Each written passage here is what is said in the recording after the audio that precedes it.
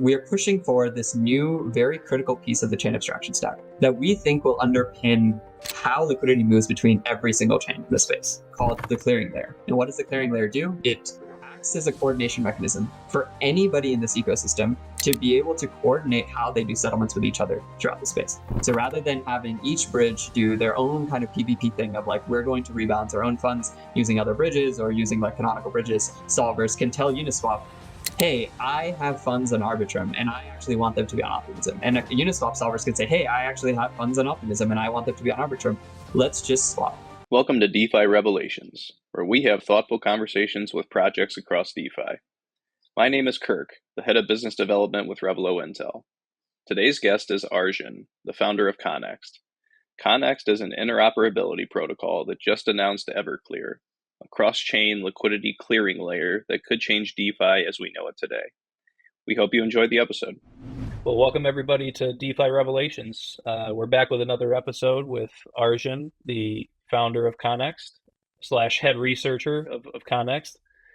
You're debating on what the better title is a minute ago, but welcome, sir. We appreciate you coming on. So I guess I always start off, I'm really curious to know, specifically about yourself, right? On a personal level, like, take us through your career trajectory and how you got into DeFi and came into I guess founding, a technology company like Connext. So I have a background in physics.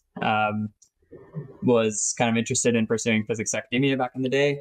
Realized that I wanted to be working on something that would have more material impact in my own lifetime. I was at the time studying cosmology, theoretical cosmology, which is just very hard to prove experimentally, unfortunately. At the time was sort of very interested in a bunch of different topics related to startups, machine learning, education technology, things like that. And I sort of saw this trend that I was really concerned by, which was just that I noticed we're sort of heading towards this world where technology is accelerating. And I noticed that historically the benefits of technology is sort of this, it's like a train that's moving extremely fast. You can kind of divert it in the direction that you want it to go. But in general, once it's moving very fast, it's very hard to stop. And I think that one thing that I saw was that historically the effects of technology, the benefits of technology had always been subject to the limitations of how it's distributed. And so, things like better healthcare products only being available to the wealthy, and eventually things like longevity,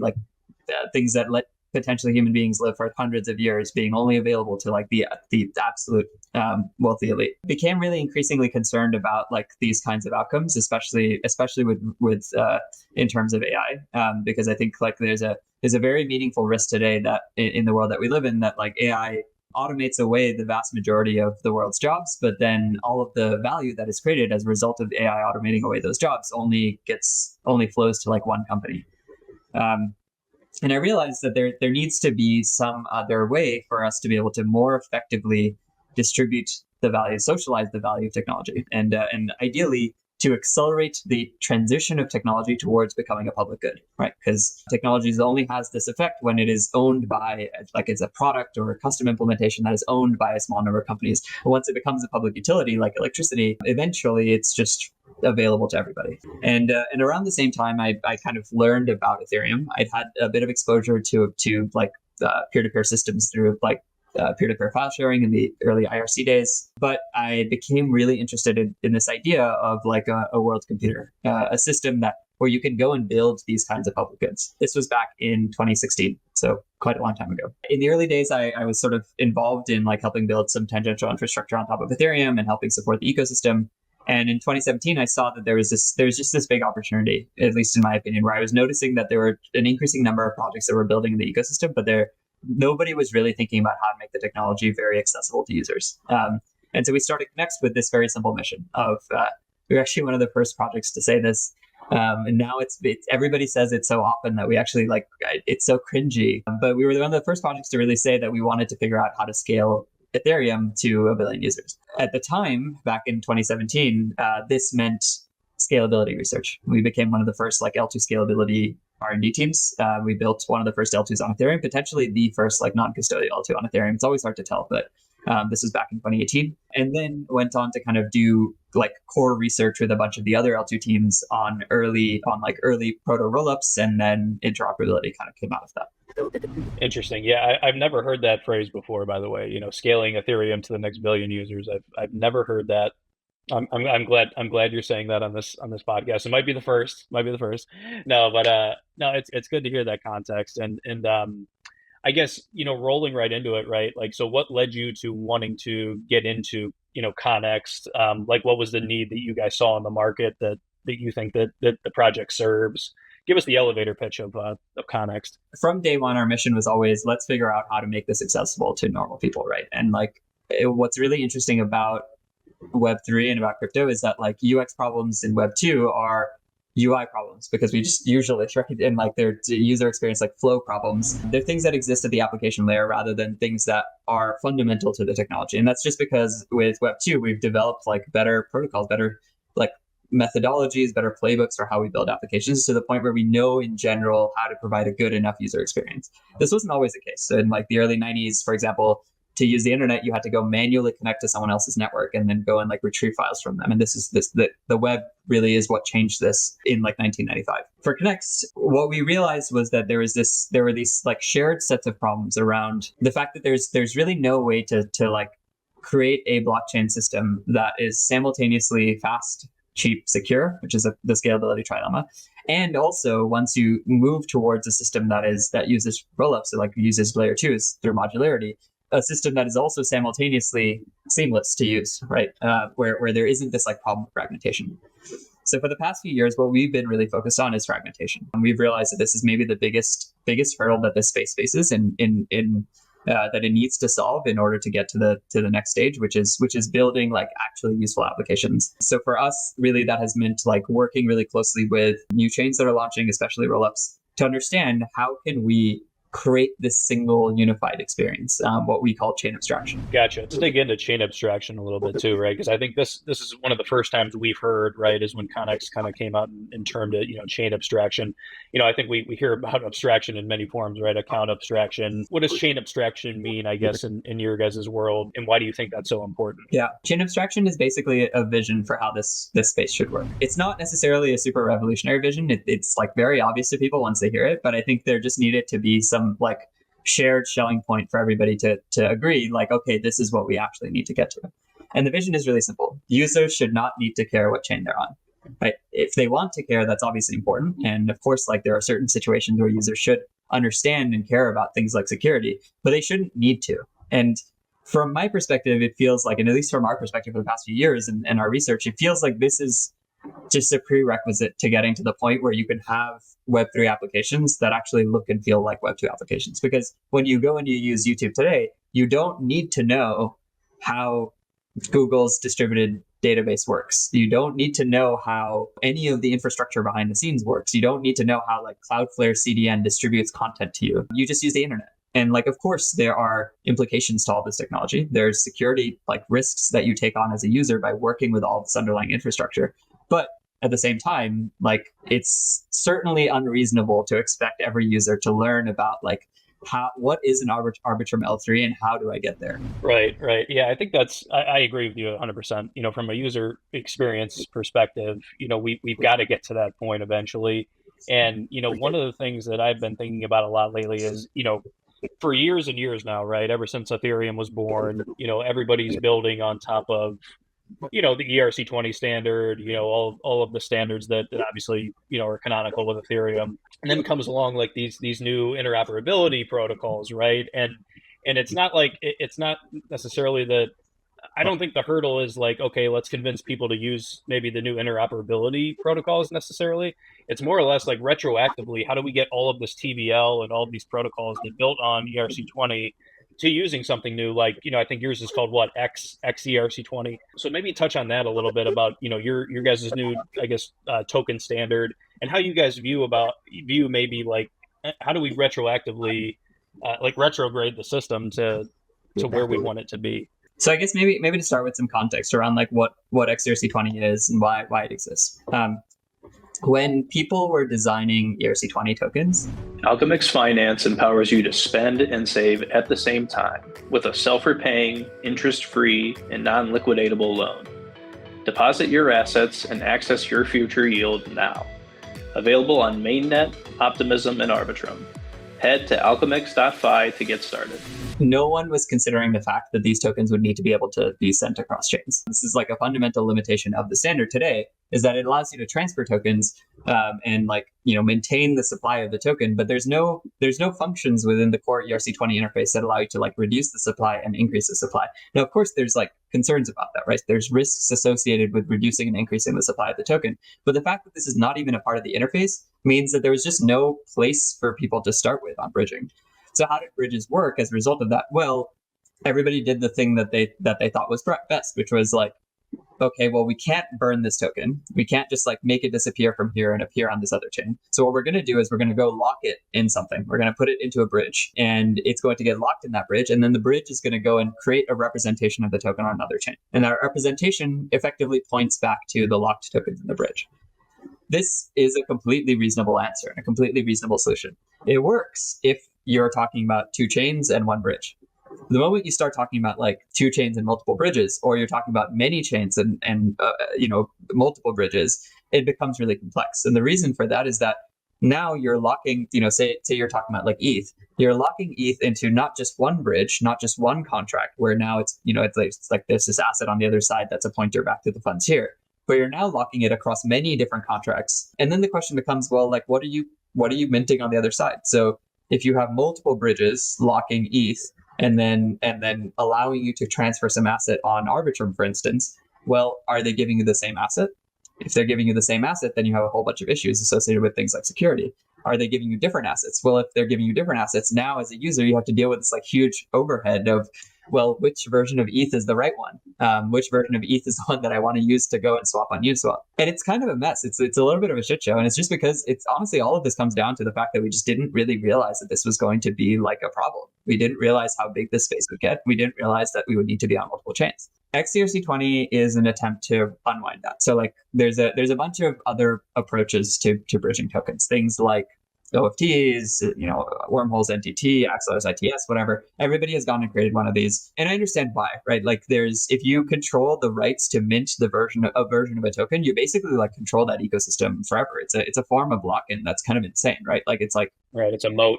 Yeah, exactly. It's an insane moat, and it makes sense. It in certain contexts, right? If there was a single truly neutral bridge that worked on every single ecosystem, then it makes sense to have that kind of a standard that just works on that bridge and it works for everywhere. But unfortunately, there isn't. And I think that's kind of where we realized, well, everybody's building these token standards, but the token standards are themselves doing exactly the same thing, which is fragmenting funds. So XERC20 was an attempt to try to resolve this. I think a lot of people, it's actually a big failure of ours that people see XERC20 as a Connext specific thing. It's not. XERC20 is actually just an EIP 7281. And all that EIP 7281 does is it proposes a very, very minimal change to the ERC20 interface to allow those tokens to be more seamlessly transferred across chains, where they can work with multiple bridges, where they can have the kind of mint and burn functionality, and where you can consolidate instead of locking the underlying tokens into a different bridge or into a bunch of different bridges. You can consolidate all of that into a single place where all the tokens are locked, and then bridges can just go and transfer the token across chains independently. It does this basically. It's a very, very simple approach. It was the goal behind it, and I think this is something that maybe we miscommunicated, was to just create some minimum viable thing that everybody can agree is the approach, is the right approach, right? And then you could go and extend that solution or that approach to build OFTs or to build whatever other token standard you want. In practice, I think a lot of people have understood the concept and really believe in it, and it's awesome that I think because it is this open public thing, subject to a public RFC, because unfortunately from a marketing perspective has gotten somewhat associated with Connext, but in general, we're trying to push away from that as much as possible. And I think the thing that's helping there is that there are other projects, other protocols that are adding support. So for example, Router Protocol, Omni Protocol, Omni, I think they're just called Omni, have both added support for this token. A bunch of token issuers have added support for it.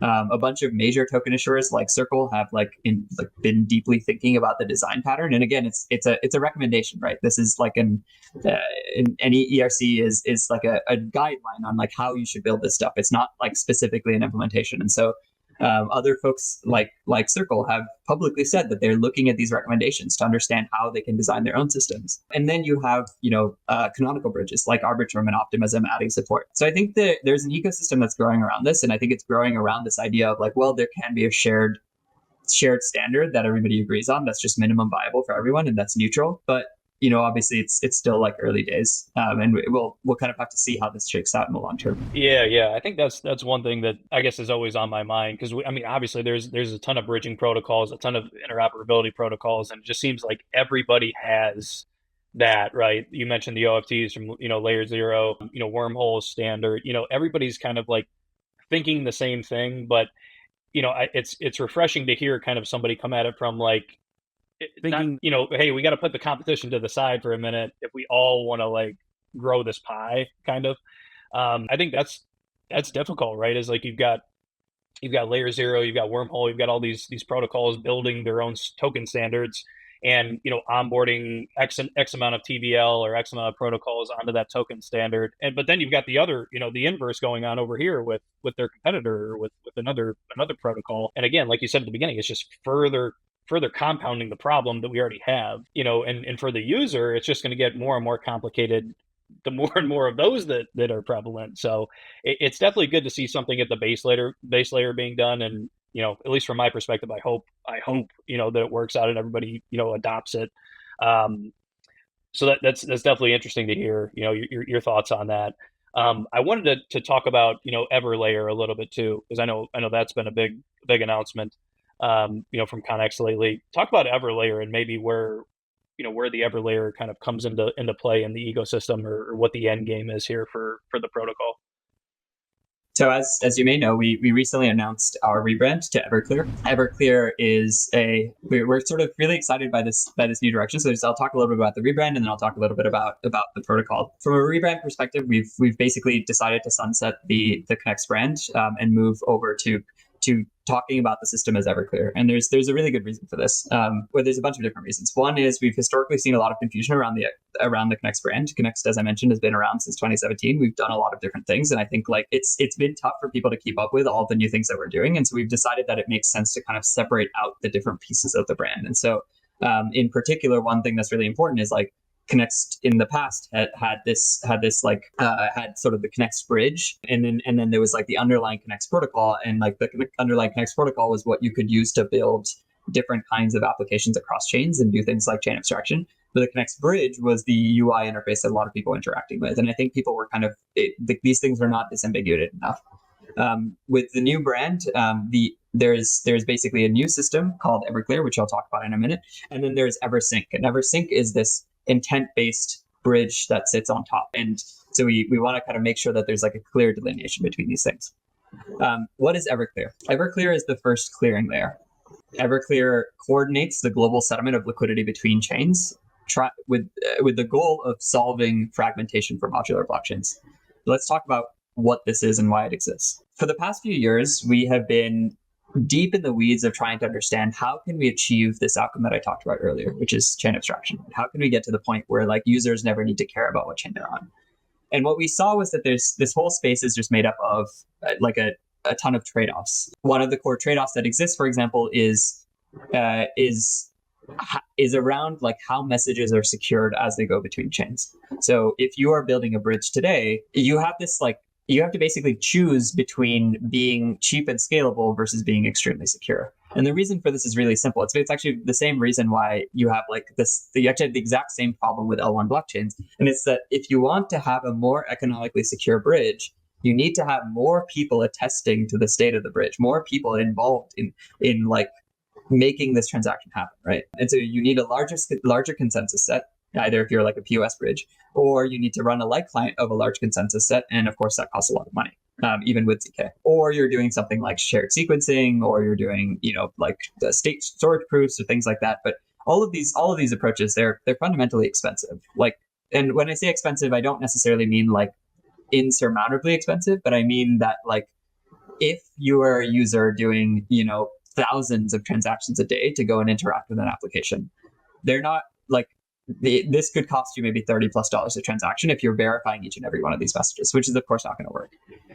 Ideally, for this space to work, what we need is for users to be able to go and interact with applications on any chain, and that should happen at like sub cent costs with latency in seconds, ideally sub-seconds. So this was kind of the outcome that we positioned ourselves around back in 2021, where we were like, well, we don't want to fix security. We think that there's actually good approaches towards security when you're building rollups. Like canonical bridges are like the most secure mechanism to get in and out of a rollup. What we want to do is almost build a layer 2 on top of bridges, a layer 2 that allows for us to be able to go and interact with something on another chain as quickly as possible, and allow users to go and do something on another chain as quickly as possible, while not having to pay the underlying costs, right? Basically, by like batching up all of those interactions and then putting those through the underlying bridges later. In the same way that rollups batch up a bunch of user transactions, make them like very, very cheap and efficient, and then all of that gets posted to L1 later for security. I pay some third-party service provider to go and do something on my behalf on another chain. And then that third-party service provider batches up a bunch of these transactions and then settles them later. That model today is called intents. In 2021, that term didn't really exist, but now we're sort of seeing that a ton of people are extremely excited about it, and we're really happy about that, because we were one of the first projects to really start experimenting with this approach.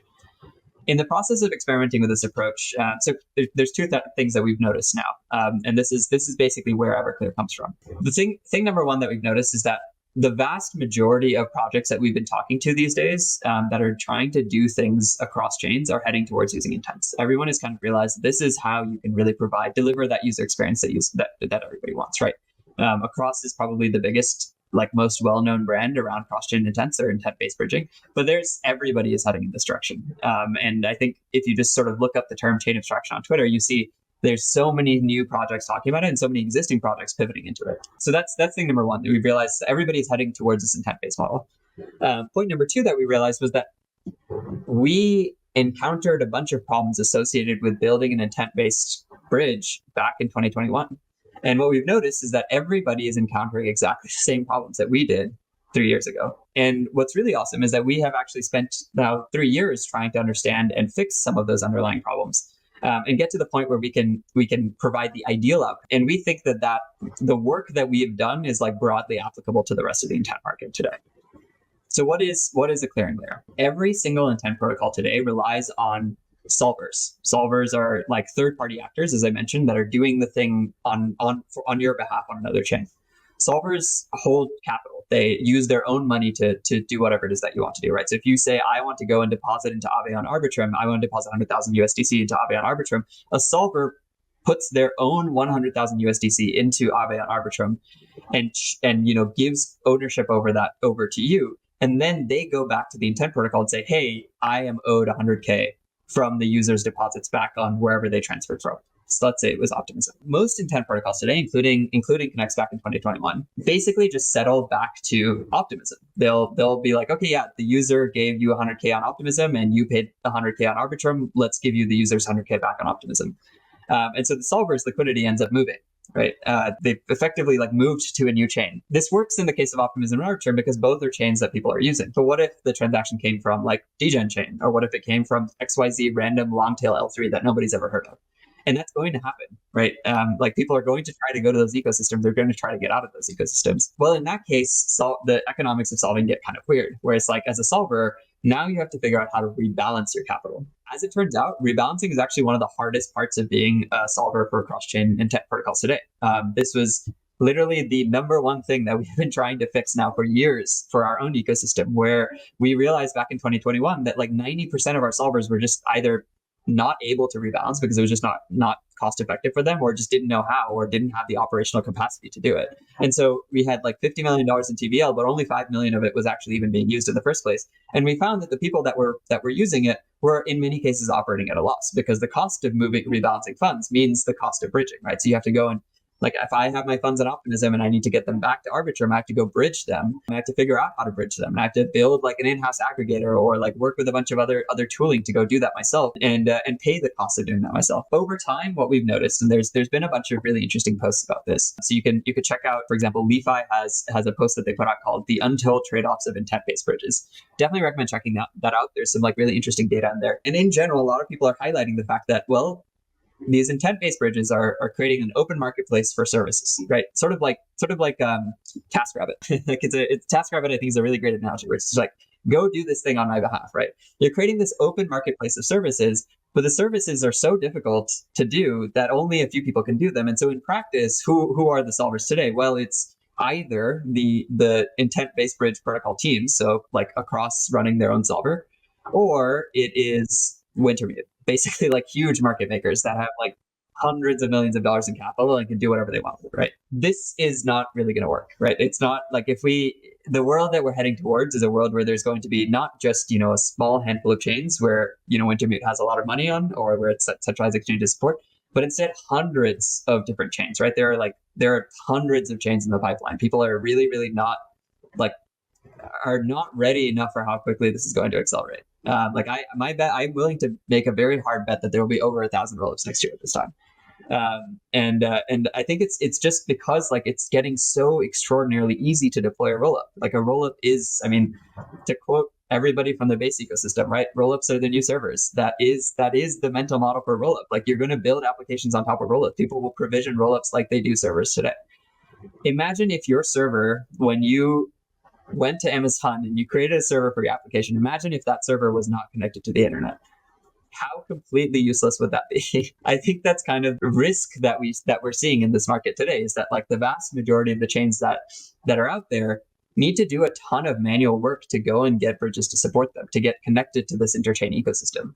And this only gets worse in an intent-based world, because in an intent-based world, well, who are the solvers that are going to go and build liquidity on these chains? Well, it's a small handful of people that are only going to go and do it for the biggest chains where they know they can rebalance.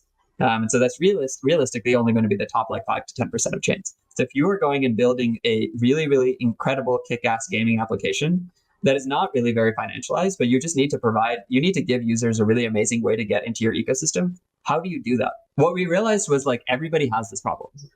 Everyone runs into the same kind of rebalancing issue with their solvers. And everyone tries to solve it themselves by rebalancing through centralized exchanges, market makers, whatever, right? And at the core of all of this is that there is basically one really interesting pattern that's happening right now, which is everybody's playing their own PvP game. Now, the key insight for us when we started looking into this, we tried a bunch of different approaches towards automating the settlement piece and automating the rebalancing piece. And we realized all of them are actually pretty uneconomical. But when you zoom out and you look at the space as a whole, you realize, well, in practice, there actually doesn't need to be as much bridging as we think there does. There's 80% of the flows, we kind of pulled this data relatively recently, but 80% of the flows that move between chains are actually nettable, which means that for every $1 that gets sent into Arbitrum, 80 cents get sent out within the same time period. So this is on a roughly 24-hour basis, and you can kind of extend it. The more you extend it, the more the netting occurs. But this is a really interesting insight, because what it means is that all of the people that are rebalancing capital between chains, right? So who is actually sending money through the 7-day exits? It's people that are rebalancing, right? Most of the time, users are not going to want to do that if they can help it. There is 80% netting happening when you're sending funds through the canonical bridges. That means that the people that are rebalancing funds today are paying 5 times more money to rebalance than they need to. So how do we get to the point where you instead of sending, $1 this way and then 80 cents back in this direction, how do we get to the point where people only send 20 cents in this direction? Well, as it turns out, there's actually really awesome case precedents for this in traditional financial systems, this notion, this idea of netting off transactions prior to them being settled is called clearing. And so what we are pushing forward is this new primitive, this new part of the interoperability stack, and especially the interoperability stack as it pertains to intents. So we can kind of call this the chain abstraction stack. We are pushing for this new, very critical piece of the chain abstraction stack that we think will underpin how liquidity moves between every single chain in the space, called the clearing layer. And what does the clearing layer do? Well, it acts as a coordination mechanism for anybody in this ecosystem to be able to coordinate how they do settlements with each other throughout the space. So rather than having each bridge do their own kind of PvP thing of we're going to rebalance our own funds using other bridges or using canonical bridges, across solvers can tell Uniswap, hey, I have funds on Arbitrum and I actually want them to be on Optimism. And Uniswap solvers could say, hey, I actually have funds on Optimism and I want them to be on Arbitrum. Let's just swap. This massively reduces the need for bridging. It's actually kind of crazy how much of a difference something like this makes on a global basis. And we think that this is actually the key unlock that's needed to get to the point where you could have solvers that are not as sophisticated, right? Where you can have anybody be a solver. Because in this kind of a system, as a user, and that this is the direction that we've kind of gone with Everclear, is like, we want to make this process of clearing and of rebalancing as a solver or as a market maker or as a centralized exchange, right? Because everybody has this problem. We want to make this process as passive as possible, where you can just say, hey, I want my funds to end up on this chain and at the best possible price. And that will happen over the course of the next 3 to 6 hours. This episode is brought to you by Pendle. Pendle is the market leader in the DeFi yield sector, operating as a permissionless yield trading protocol, facilitating the tokenization and splitting of any yield-bearing asset in DeFi, while creating an avenue for users to express their views on future yield or earn a fixed rate with their assets. Learn more at pendle.finance. Right. Now, do those two parties then, in that example, I guess the Uniswap solvers and then, let's say the across solvers, do those two parties also agree on the clearing layer on what the spread is or what the pricing is for that transaction as well? Does that all happen in the same ilk? Yeah, that's a really good question. So basically that comes down to what kinds of flows exist at a certain time. The way that the system handles this, and this is Everclear specific, the way that Everclear handles this is that it treats all pending settlements that need to happen between chains as invoices. And it processes all of those invoices. So you actually think of this as invoices in a traditional accounting system, right? It processes all of those invoices in order. And so if, for example, you have an invoice for $100,000 and you are a market maker, right? You might have preferences that say, hey, I'm okay with this invoice getting settled to Optimism, Arbitrum, or zkSync. Those are the chains that I want to work with. I don't really care where it goes. Just settle me at the best price to any of them. The system, when it gets to the time where it's your invoice's turn to be processed, the system will look at the available deposits within, like on Arbitrum, on Optimism, on zkSync. If there is $100,000 available, it'll just clear your invoice right there. So, for example, if there's $100,000 available on zkSync, your $100,000 that you have owed to you from the system will get settled into $100,000. So you've effectively paid zero fees for that. There might be some system level fees, but you'll effectively pay almost nothing for it, which is incredible. That's like a massive change to where we are today, right? Like if you were rebalancing those funds by yourself, going from like Arbitrum to zkSync, you may end up paying like 5 bips, 10 bips on it, which could potentially be like, at scale, is like potentially many hundreds of thousands of dollars. Instead, you have this kind of like almost like cow swap style coincidence of wants, where there just happened to be someone else at the same time who had money on zkSync, who had $100,000 on zkSync that wanted to go settle somewhere else, and you are going and claiming their deposit. Now, what happens if there isn't money in the system on the chains that you want to get to? Well, the system handles that by, at least at the initial stage. So over time, the idea is for the system is programmable, right? We treat all of these things as what we call settlement strategies, which are just like, it's like a modular approach towards however we can choose to settle these transactions, however we want to price them, however, and when we say however we choose to settle them, we also mean things like, well, do we want to settle them via like, locking and unlocking funds from Everclear? Do we want to settle them via like CCTP? Do we want to settle them via XERC20, via OFTs, etc.? So this kind of goes back to a little bit to what we're talking about there, and I can drill down on that in a bit. But the idea here is that eventually this system, eventually anyone can come and like build their own strategies for settlement on top of the system. And continue to optimize them for a given ecosystem or a given asset. There's a lot of really interesting data science that you can do here to like provide the best possible experience for rebalancing, the best possible like predictive analytics on like where the funds should go.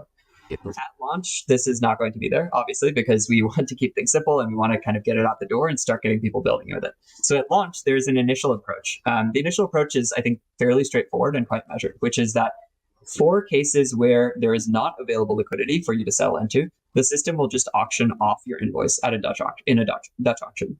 So what that means is at time T0, your invoice for 100K is going to be sold to anyone that is willing to put 100K into the system.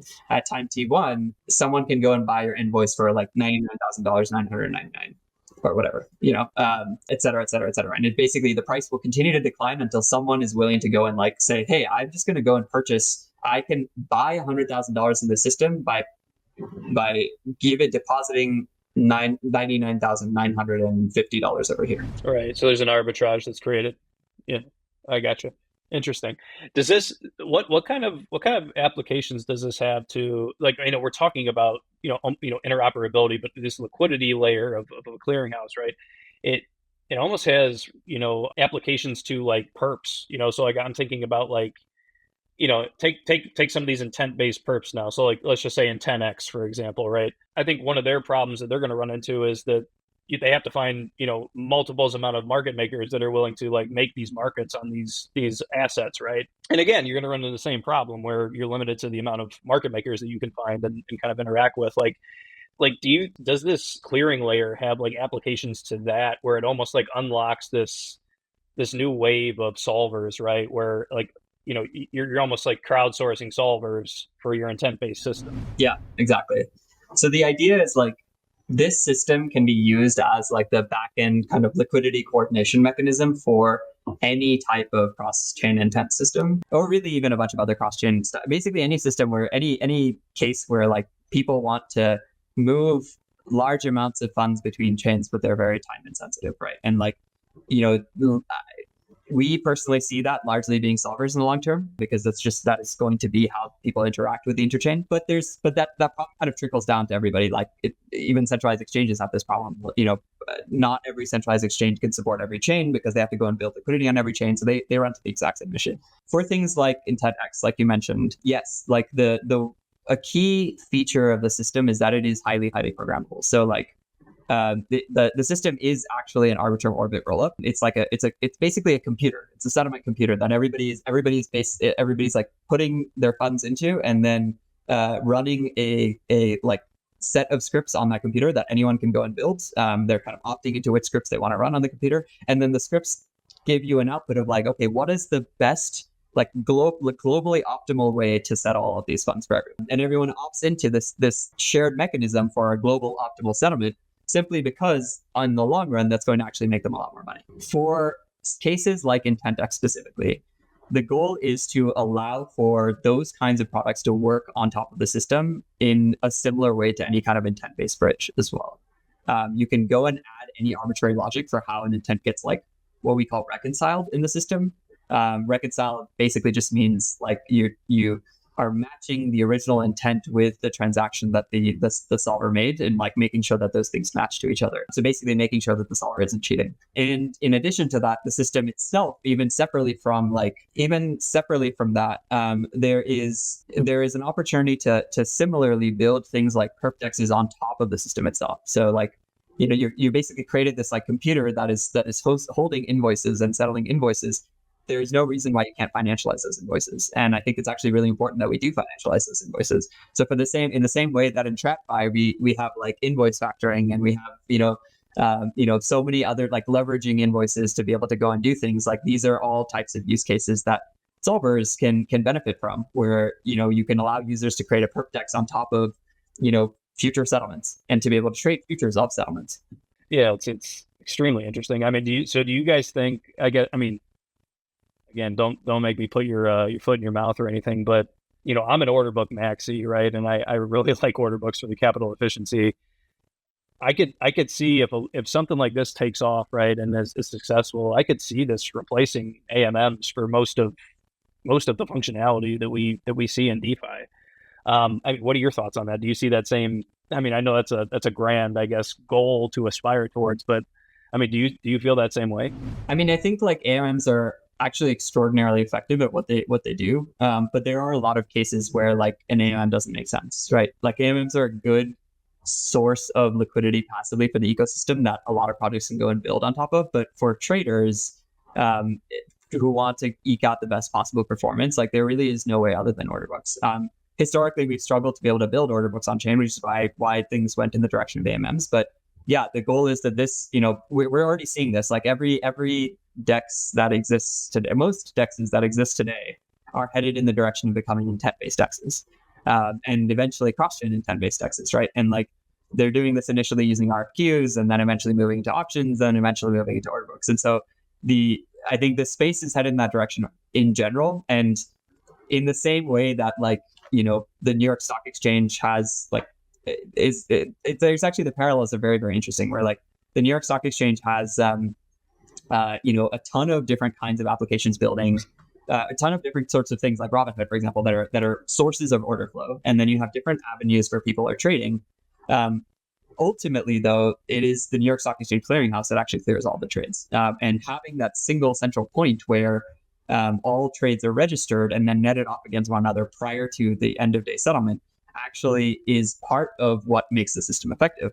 A lot of people don't know this, but the New York Stock Exchange didn't used to have a clearinghouse. I don't remember the exact dates, but prior to it adopting a clearinghouse, people actually built a parallel clearinghouse on top of the same New York Stock Exchange and almost basically tried to like effectively vampire attack the system, and nearly succeeded because clearinghouses are actually really important and efficient financial construction. Now, Everclear is not exactly a clearinghouse. Like, clearinghouses have very like different notional semantics where they're like central custodians, right? Whereas Everclear is more like a computer to like calculate the most efficient clearing algorithm that is like verifiable publicly and is shared by everybody, so that, you know, like you don't have this dispute where it's like, oh, you know, like the risk otherwise is you're a solver and I'm a solver, and like I get settled before you do, and you say, hey, actually, like there's no reason that Arjun should have been settled before me. That was cheating. And that's a form of MEV. That's also a form of like attack on the system. As a solver, that's like super critical to your bottom line. So having this like publicly verifiable computer that everybody can interact with and everyone knows is going to actually output the correct information is super important. Yeah, no, I mean, this is a huge unlock in my opinion.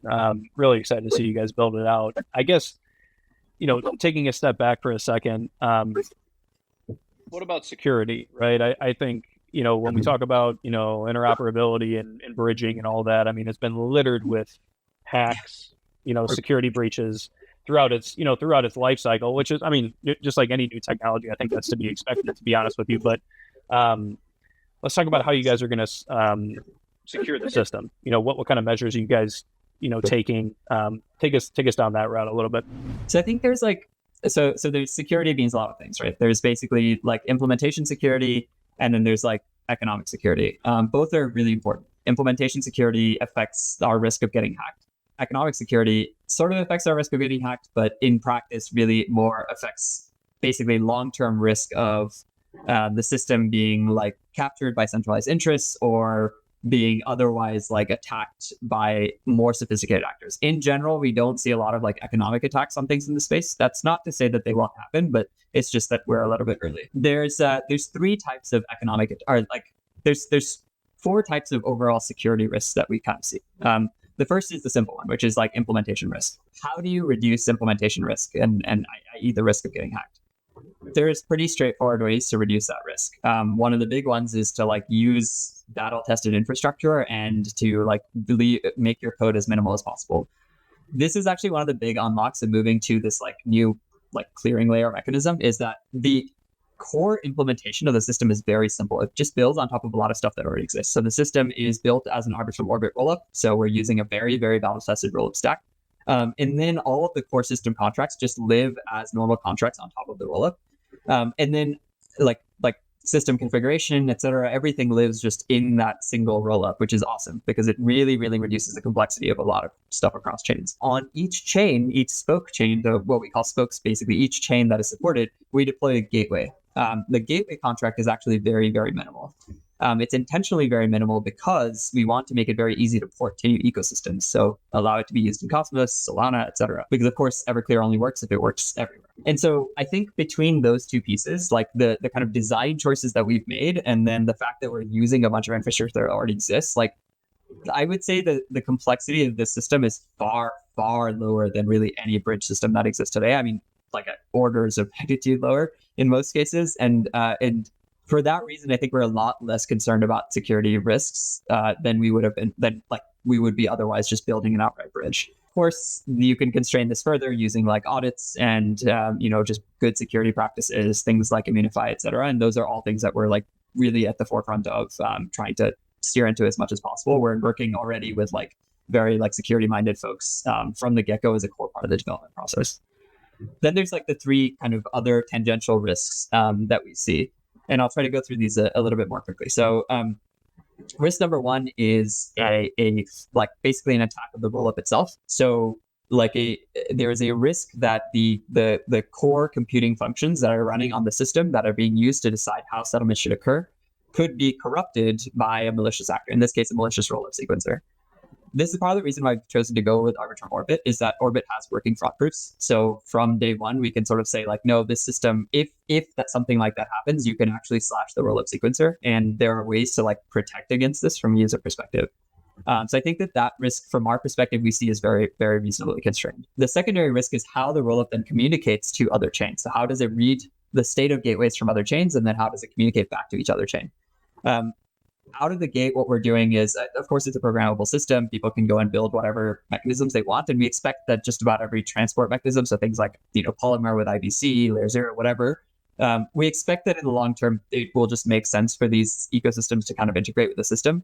And we want to leave the door open for that. But out of the gate, we've kind of chosen to work really closely with Hyperlane just because we have a good relationship with the team. And we found through testing that their system is generally more performant than anything else. We do subsume some of the basically Hyperlane related risk here. And that I would say is probably the biggest risk of the system today, is that like the rollup uses Hyperlane to communicate with other chains. And so if something goes wrong with Hyperlane, or if something goes wrong with like the security mechanism that we use as part of Hyperlane, then there is a risk that funds could be stolen from the gateways. We're working with Hyperlane as much as possible to like constrain these risks. We are doing like a thorough review of their infrastructure and their audits and things like that. I think ultimately there's a lot of other ecosystems relying on Hyperlane as well. So I would say at this point it's like decently battle tested, but of course this is like an ongoing process that we think about a lot. In the long run, the economic security for this is provided by EigenLayer, but there's also, this sort of question mark around EigenLayer doesn't currently support slashing, so attributable economic security is not really there at the moment. That said, as I mentioned earlier, economic security at the moment is not as important as implementation security, just because of where the space is. And so we want to head towards the system becoming like truly trustless from an economic perspective. But out of the gate, we're going to end up just having to use things like Hyperlane's like validator, set ISM, and things like that until EigenLayer slashes between the two. So yeah, those are kind of like the three like alternative risk vectors that we're particularly concerned about.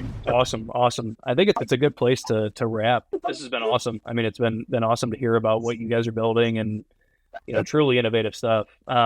Before we go, I do want to make sure that I give you another opportunity to maybe let the community know what's on the horizon.